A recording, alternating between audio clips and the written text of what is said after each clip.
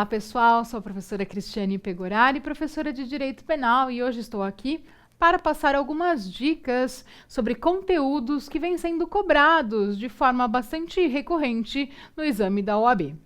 E o primeiro conteúdo que eu escolhi para tratar hoje diz respeito aos institutos da tentativa, desistência voluntária, arrependimento eficaz e arrependimento posterior.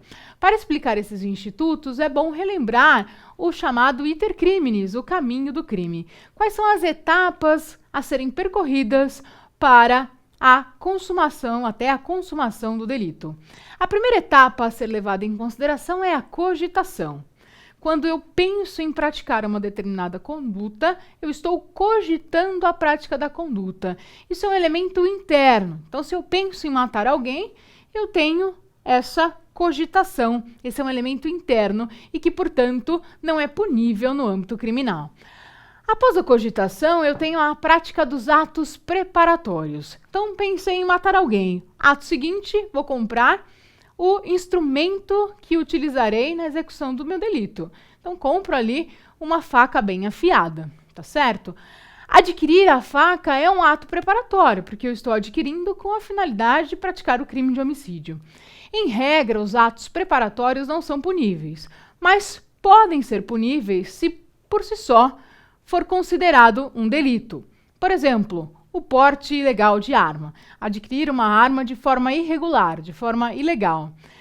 O ato preparatório em si já pode ser considerado um delito. Então, como regra, os atos preparatórios não são puníveis, mas podem ser, se por si só já constituírem um delito descrito na legislação. Após os atos preparatórios, eu tenho os atos executórios. Então, adquiri a arma, pensei em matar alguém, adquiri a arma, vou dar início à execução do crime. Encontro o meu desafeto e vou para cima dele para esfaqueá-lo. A partir do início dos atos executórios é que eu tenho uma relevância penal desses atos. Então, a partir dos atos executórios, eu tenho duas grandes possibilidades. Iniciados os atos executórios, se eu não atingir a consumação por circunstâncias alheias à minha vontade, estarei na esfera da tentativa. Respondo pela pena prevista no tipo penal com a diminuição prevista no artigo 14 do Código Penal. Iniciados os atos executórios, também pode acontecer a chamada desistência voluntária. Na desistência voluntária, a gente pode prosseguir nos atos executórios, na realização dos atos executórios, mas ele voluntariamente deixa de prosseguir, deixa de praticar esses atos. A desistência voluntária está prevista no artigo 15 do Código Penal. Nessa situação, a gente responde pelos atos até então praticados.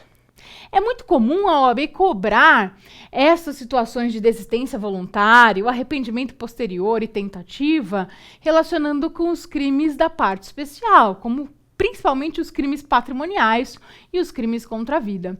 Então fiquem atentos, em especial desistência voluntária, arrependimento posterior e tentativa em crimes patrimoniais, que foi o formato, né, que o examinador cobrou nos últimos exames.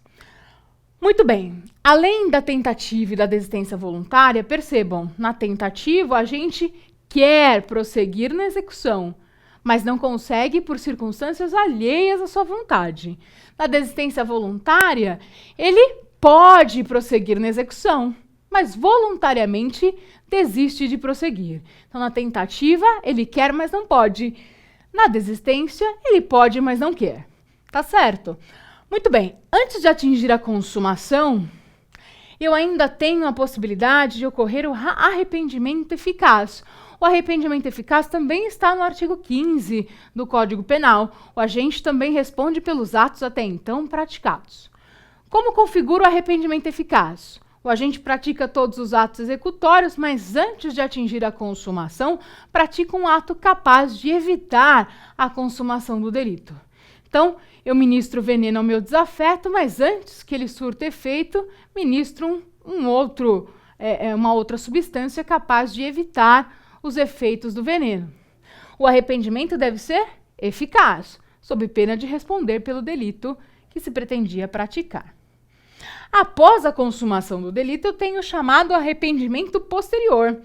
O arrependimento posterior está previsto no artigo 16 do Código Penal e é uma causa de diminuição de pena.